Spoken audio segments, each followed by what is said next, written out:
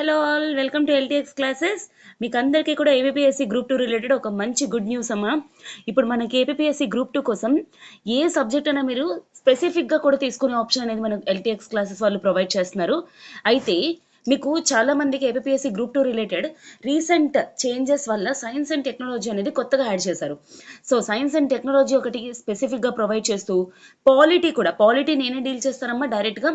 So మీకు polity అనేది కూడాను సెపరేట్ మాడ్యూల్ కింద ఇండియన్ ఎకానమీ మీకు సురేష్ సార్ డీల్ చేస్తారు. అలానే ఏపీ హిస్టరీ, ఏపీ ఎకానమీకి వచ్చేసరికి 2000 రూపీస్కే మీకు ప్రొవైడ్ చేస్తున్నారు. వీటిల్లో ఏ సబ్జెక్ట్ అయినా సరే మీకు 3000 రూపీస్ తోటి మీరు స్పెసిఫిక్గా ఒక సబ్జెక్ట్కి జాయిన్ అయ్యే స్కోప్ అనేది కూడా ప్రొవైడ్ చేస్తున్నారు. సో ఇప్పుడు ఏంటంటే మీరు టోటల్ క్లాసెస్ కాదు, సింగిల్లో కూడా జాయిన్ అయ్యే స్కోప్ అనేది కూడా మీకు ప్రొవైడ్ చేస్తున్నారు అనమాట. అయితే మీకు దీనికి రిలేటెడ్ ఏమైనా ఎంక్వైరీస్ కానీ ఉంటే 7893899553 ఇది ప్రతిక్షమం నంబర్. ప్రతిక్షమంకి కాల్ చేసి మీ డౌట్స్ అనేవి క్లియర్ చేసుకొని జాయిన్ అయ్యే ప్రయత్నం అనేది చేయండి. ఇది చాలా చాలా మీకు హెల్ప్ఫుల్ అయ్యే ఆపర్చునిటీ అనమాట. ఎందుకంటే మనకి చేంజ్ అవుతున్న ప్యాటర్న్ బట్టి ఇది మీకు ఒక ఆఫర్ లాగా క్రియేట్ చేశారనమాట. ఓకేనా? సో ఈరోజు మనం group 2 current affairs LTX classes చూసే ముందు ఒక చిన్న అనౌన్స్మెంట్. మన ఎల్టీఎక్స్ క్లాసెస్ వాళ్ళు APSC group 2 live plus recorded, TSPSC group 2 live plus recorded కోసం కొత్త బ్యాచెస్ అనేవి స్టార్ట్ చేస్తున్నారనమాట. అయితే ఈ బ్యాచెస్ కోసం మీరు ఏంటంటే లైఫ్ టైం వ్యాలిడిటీ తోటి క్లాస్ రాబోతుంది. అండ్ మీరు ఇప్పుడు నెలకి 5000 రూపాయలు పే చేసుకుంటూ కూడా ఫీజు అనేది క్లియర్ చేసే స్కోప్ ప్రొవైడ్ చేస్తున్నారనమాట. మీకు ఫీ వచ్చేసరికి 15,000. ఈ 15,000 మీ 3 months ఇన్స్టాల్మెంట్స్లోని కట్టు క్లియర్ చేసుకోవచ్చు. అంటే ఫస్ట్ 1 monthలోనే 5,000 కట్టేసి మీరు క్లాసెస్లో జాయిన్ అయిపోవచ్చు అనమాట. సో దట్ తర్వాత ఏంటి అంటే మీరు మంత్లీ క్లియర్ చేసుకోవచ్చు అనమాట. అయితే ఈ ఆఫర్ అనేది మీకు కేవలం 15th ఏప్రిల్ వరకు మాత్రమే. ఆ తర్వాత మీకు ఈ ఆఫర్ అనేది ఉండదు. దీనికి రిలేటెడ్ మీకు ఏమైనా ఎంక్వైరీస్ కానీ ఉంటే 7893899553 ఇది ప్రత్యూషమం నెంబర్. ప్రత్యూషమం కాల్ చేసి మీ డౌట్స్ అనేవి క్లియర్ చేసుకొని జాయిన్ అయ్యే ప్రయత్నం అనేది చేయండి. ఓకే, అయితే ఈరోజు కరెంట్ అఫైర్స్ అనేవి చూద్దాం. అయితే ఫస్ట్ ఇంపార్టెంట్ క్వశ్చన్ మనకి ఆర్టికల్ వచ్చేసరికి డాక్టర్ బిఆర్ అంబేద్కర్ గారు కోసం statue of knowledge, okay, statue of knowledge అనేది అన్వీల్ చేయబోతున్నారనమాట. ఎక్కడ? లాతూర్ సిటీ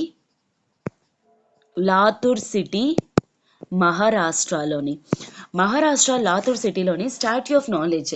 ఇదంతా ఆల్మోస్ట్ 70 feet టాల్ స్టాట్యూ అనేది కట్టించబోతున్నారు అనమాట.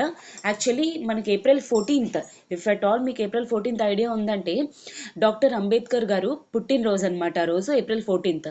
April 13th రోజు ఈ లాతూర్ సిటీ మహారాష్ట్రలోని దీన్ని మన యూనియన్ లా మినిస్టర్ అయిన కిరణ్ రిజిజు గారు, పాత మహారాష్ట్ర చీఫ్ మినిస్టర్ అయిన దేవేంద్ర ఫడ్నవీస్ వీళ్ళందరి ప్రెజెన్స్లోని కూడా దీన్ని స్టార్ట్ చేయబోతున్నారు అనమాట.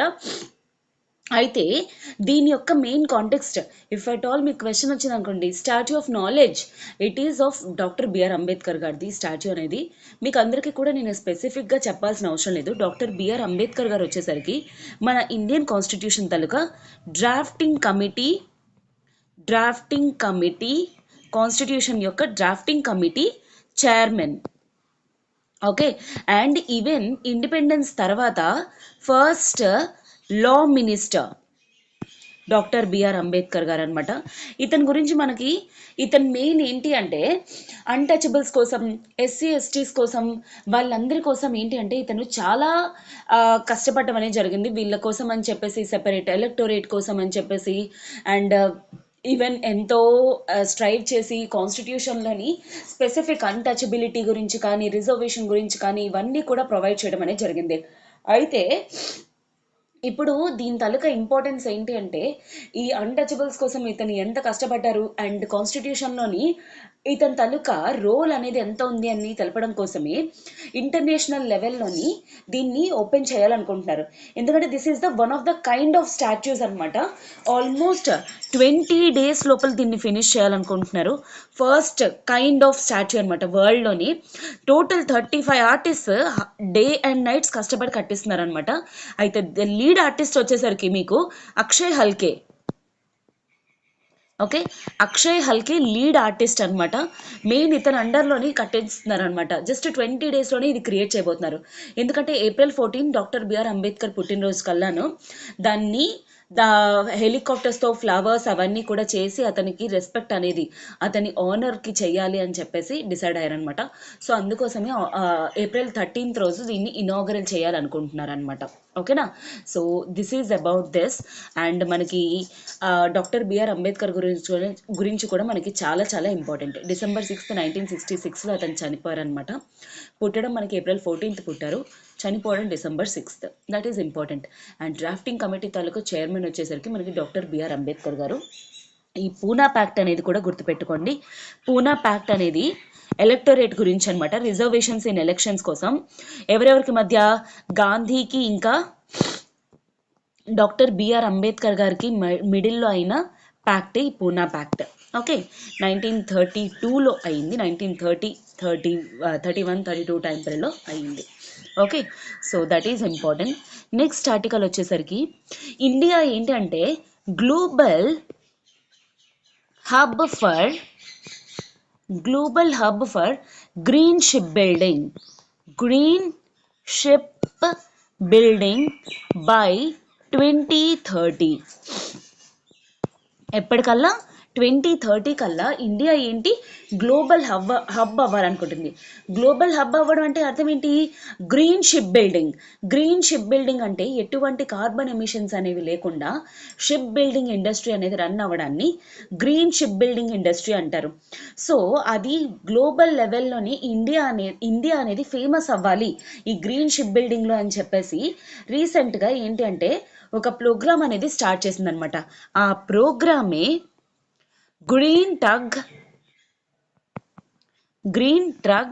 Tug transition programme. ఈ ప్రోగ్రామ్ ద్వారా ఏంటి అంటే ఫస్ట్ ఆఫ్ ఆల్ టగ్స్ ఏవైతే ఇండస్ట్రీస్లో షిప్ బిల్డింగ్ ఇండస్ట్రీస్లో యూజ్ చేస్తారో వాటిల్ని గ్రీన్ ఫ్యూయల్స్ తోటి ప్రొడ్యూస్ చేయాలి అని చెప్పేసి రీసెంట్గా ఈ GTTPని లాంచ్ చేయడం అనేది జరిగిందనమాట.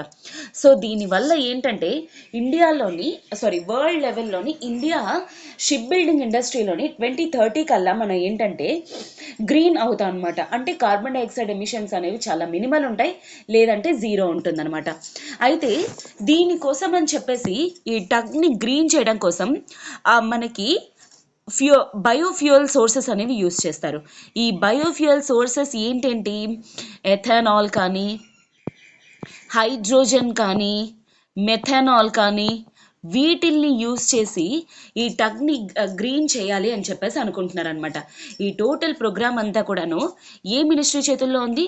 Ministry of ports, shipping and waterways, Shri Sarbananda Sonowal దీన్ని లాంచ్ చేయబోతున్నారు అనమాట. సో దీనికోసం అని చెప్పేసి ఒక నేషనల్ సెంటర్ ఫర్ ఎక్సలెన్స్, అంటే ఇది ఎలా చెయ్యాలి, ఏం చెయ్యాలి, ఎలాగ ఈ టక్స్ని ఆల్టర్నేట్ గ్రీన్గా చెయ్యాలి అని చెప్పేసి సెంటర్ ఆఫ్ ఎక్సలెన్స్ అనేది గురుగ్రామ్లో స్టార్ట్ చేస్తున్నారనమాట. సో దీనివల్ల మన ఇండియా ఏంటి అంటే షిప్ బిల్డింగ్ ఇండస్ట్రీస్లోని జీరో ఎమిషన్స్ ప్రొడ్యూస్ అయ్యేలాగా అవుతుందన్నమాట. సో ఫస్ట్ టగ్స్ని రిప్లేస్ చేయాలనుకుంటున్నారు, ఆ తర్వాత టోటల్ షిప్ బిల్డింగ్ అంతా కూడాను గ్రీన్ కింద చేయాలనుకుంటున్నారు. యాజ్ ఆఫ్ నౌ 50% టగ్స్ అనేవి 50% ఆఫ్ టగ్స్ ఏవైతే ఉన్నాయో అవి 2025 కల్లా గ్రీన్ చేయబోతున్నారు. అంటే ఇంకా హార్డ్లీ 2 years అనేది ఉందన్నమాట. సో ది ప్రోగ్రామ్ అనేది ఎవరెవరు కంటిన్యూ చేస్తున్నారు? National centre for excellence in green ports and shipping plus the energy resources institute, తేరి అంటారు ద ఎనర్జీ రీసెర్చ్ ఇన్స్టిట్యూట్. వీళ్ళిద్దరూ కలిపి అప్హెల్డ్ చేస్తున్న ప్రాజెక్ట్ ఈ national tug transition program. Okay. Total control అంతా ministry of ports, water, shipping వేస్లో ఉందన్నమాట. So ఎప్పటికవుతారు, ఎలా అవుతారు, ఏంటి అనేది మనకి ఎగ్జామ్ పర్స్పెక్టివ్లో ఇంపార్టెంట్. ఓకేనా. సో నెక్స్ట్ ఆర్టికల్ వచ్చేసరికి మనకి ఏంటి అంటే ఆర్బీఐ గవర్నర్ జనరల్. ప్రెసెంట్ మన ఆర్బీఐ గవర్నర్ ఎవరమ్మా? శక్తికాంత్ దాస్ గారు. ఇతను ఏంటి అంటే రీసెంట్గా green field green field data center. Green field అంటే ఏంటమ్మా, వెరీ వెరీ న్యూ ప్రాజెక్ట్ అనమాట. అంటే ఫౌండేషన్ స్టోన్ నుండి కట్టిస్తున్న ప్రాజెక్ట్ని గ్రీన్ ఫీల్డ్ అంటారు. బ్రౌన్ ఫీల్డ్ అంటే ఆల్రెడీ ఉన్న ప్రాజెక్ట్స్ని అప్గ్రేడ్ చేస్తే దాన్ని బ్రౌన్ ఫీల్డ్ అంటారు. లేని దాన్ని కొత్తగా ఎస్టాబ్లిష్ చేస్తే గ్రీన్ ఫీల్డ్ అంటారు అనమాట. ఈ గ్రీన్ ఫీల్డ్ డేటా సెంటర్ అనేది భువనేశ్వర్లో, ఒడిశాలో లొకేట్ అయిందనమాట. దాన్ని రీసెంట్గా లాంచ్ చేయడం అనేది జరిగింది. ఎందుకంటే ఆర్బీఐలోని ఛాలెంజెస్, అంటే సెక్యూరిటీ రిలేటెడ్ ఛాలెంజెస్ అవి చాలా ఎక్కువైపోతున్నాయి. ఈ సెక్యూరిటీ ట్రైనింగ్ కోసం అండ్ తర్వాత కంప్యూటింగ్ ఇదంతా కూడాను ఆన్లైన్లో ఆర్గనైజ్డ్గా జరగడం కోసం అని చెప్పేసి భువనేశ్వర్లోని ఒడిశాలోని ఈ డేటా సెంటర్ అనేది లాంచ్ చేశారనమాట. సో దీంట్లోని ఏంటంటే సైబర్ సెక్యూరిటీ టెక్నాలజీస్ కానీ లేదంటే ఫినాన్షియల్ టెక్నాలజీస్ అనేవి స్టేట్ ఆఫ్ ది ఆర్ట్ ఉంటాయి. స్టేట్ ఆఫ్ ది ఆర్ట్ అంటే అర్థం ఏంటమ్మా, హై ఎండ్ టెక్నాలజీస్ యూస్ చేస్తారనమాట. అంటే ఈ సెక్యూరిటీ సిస్టమ్స్ని కానీ ఫినాన్షియల్ టెక్నాలజీస్ని కానీ హ్యాక్ చేయడం కానీ లేకపోతే వీటిల్లోకి ఎంటర్ అవ్వడం కానీ చాలా చాలా టఫ్ అనమాట. సో అలాంటి వాటి కోసం యూస్ చేసిన టెక్నాలజీస్ని state of the art technologies అంటారనమాట. సో దీనివల్ల ఆర్బీఐ తర్వాత ఫినాన్షియల్ సెక్టార్లో కానీ సైబర్ సెక్యూరిటీ రిలేటెడ్ కానీ ఛాలెంజెస్ అనేవి చాలా ఎక్కువైపోయాయి. ఇలాంటి ఛాలెంజెస్ అవి కూడా ఫేస్ చేయడానికి హై సెక్యూరిటీ అనేది కస్టమర్స్కి బ్యాంక్స్కి ప్రొవైడ్ చేయడం కోసం అని చెప్పేసి ఈ high security cyber security training center data centre అనేది భువనేశ్వర్ ఒడిశాలో లాంచ్ చేయడం అనేది స్టార్ట్ చేయడం అనేది జరిగింది. సో ఇది మనకి ఎగ్జామ్ పర్స్పెక్టివ్లో ఎకానమీ నుండి మనకి ఇంపార్టెంట్ అనమాట. సో నెక్స్ట్ వచ్చేసరికి ఎడ్యుకేషన్ రిలేటెడ్. క్వాక్వెరిలీ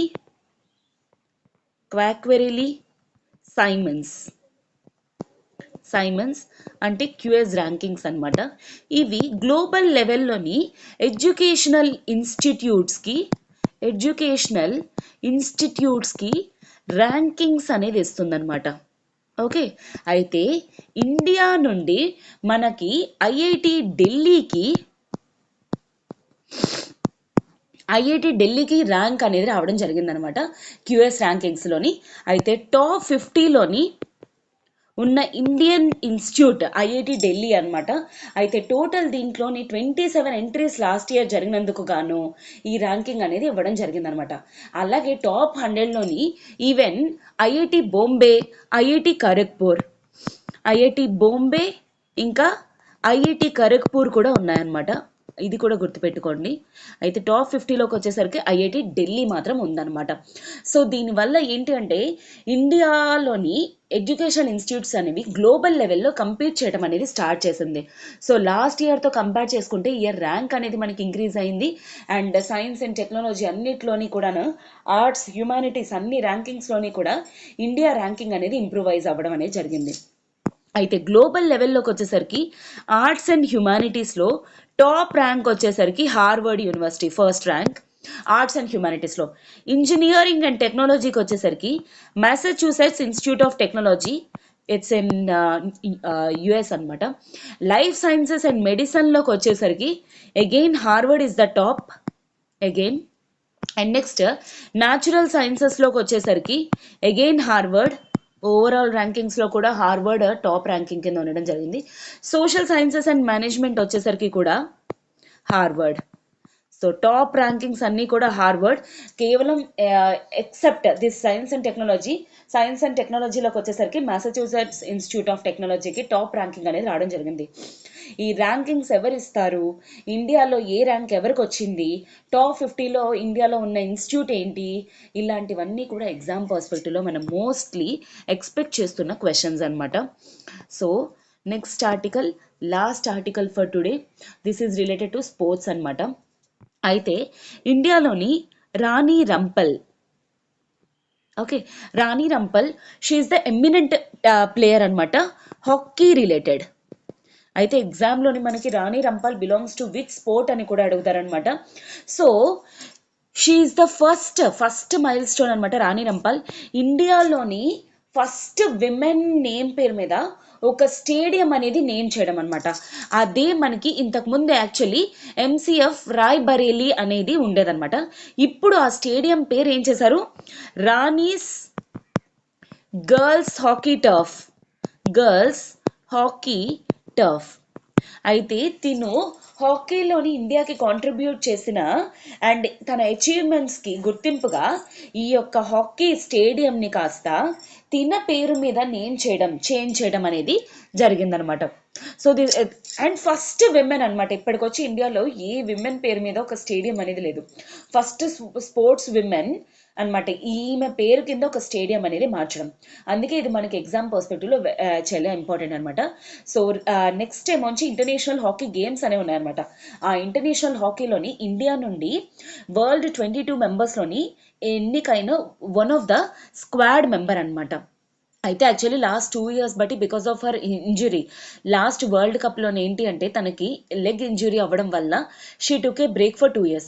అగైన్ తర్వాత రీఎంట్రీ ఇచ్చిన తర్వాత రీసెంట్గా ఇంటర్నేషనల్ హాకీ సెలెక్షన్స్లోని ఎక్కడ ఆఫ్రికాలో అయ్యాయి అనమాట. ఆఫ్రికాలోని 22 స్క్వాడ్లోని షీ వాజ్ ఈ స్క్వాడ్లోని ఇండియా నుండి రిప్రజెంట్ చేస్తున్న మెంబరే మనకి రాణి రంపాల్. తిను కాంట్రిబ్యూట్ చేసిన అండ్ హాకీ లాస్ట్ టైం స్క్వాడ్లో కానీ లేదంటే ఈవెన్ మనకి ఇంటర్నేషనల్ కామన్వెల్త్ గేమ్స్లో కానీ టోక్యో ఒలింపిక్స్లో కానీ వీటన్నిటిలో కూడాను she has performed very well. And తనకి కాంట్రిబ్యూషన్స్ కానీ ఈ హాకీ స్టేడియంని తిన పేరు కింద నేమ్ చేయడం అనేది జరిగింది.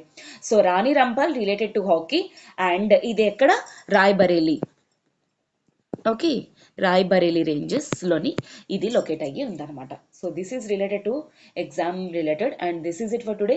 అగైన్ రేపు ఇంకొన్ని ఆర్టికల్స్తో we shall meet again. Till then have a good day students. And దీనికి రిలేటెడ్ ఒక క్వశ్చన్ అనేది నేను మీకు ఫ్రేమ్ చేస్తాను. సో ఆ క్వశ్చన్ చూసే ముందు ఒక చిన్న అనౌన్స్మెంట్. మన ఎల్టీఎక్స్ క్లాసెస్ వాళ్ళు APSC group 1 live plus recorded, TSPSC group 1 live plus recorded మీద కొత్త బ్యాచెస్ అనేవి స్టార్ట్ చేస్తున్నారు.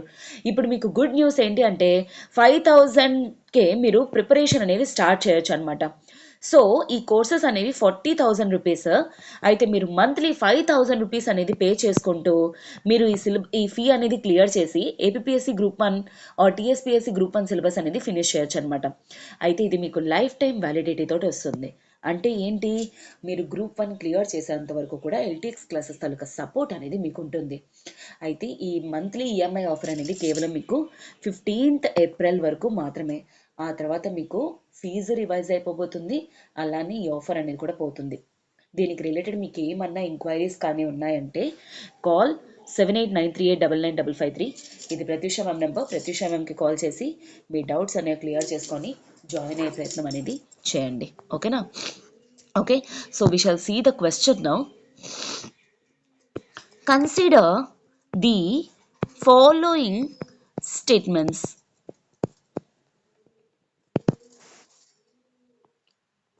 Constitution has been adopted on 26th January 1950. Second, Pune Pact has been signed between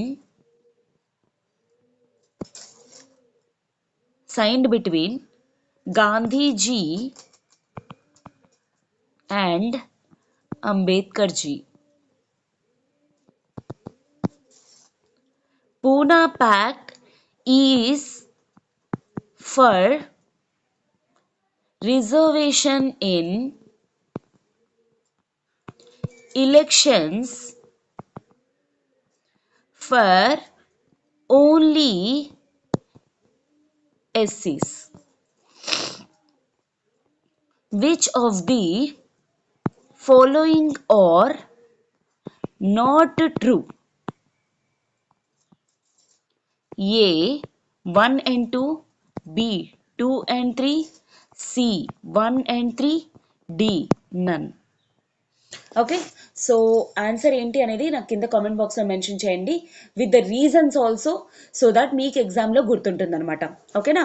so ఇది చాలా ఇంపార్టెంట్ స్టాట్యూ ఆఫ్ నాలెడ్జ్ అనేది, ఎందుకంటే 70 feet tall statue and చాలా ఫాస్ట్గా ఫినిష్ చేస్తున్న వరల్డ్లోనే ఇది చాలా త్వరగా ఫినిష్ చేస్తున్న స్టాట్యూ అనమాట. This is the only among this kind of statue in the world లెవెల్లో. ఓకేనా?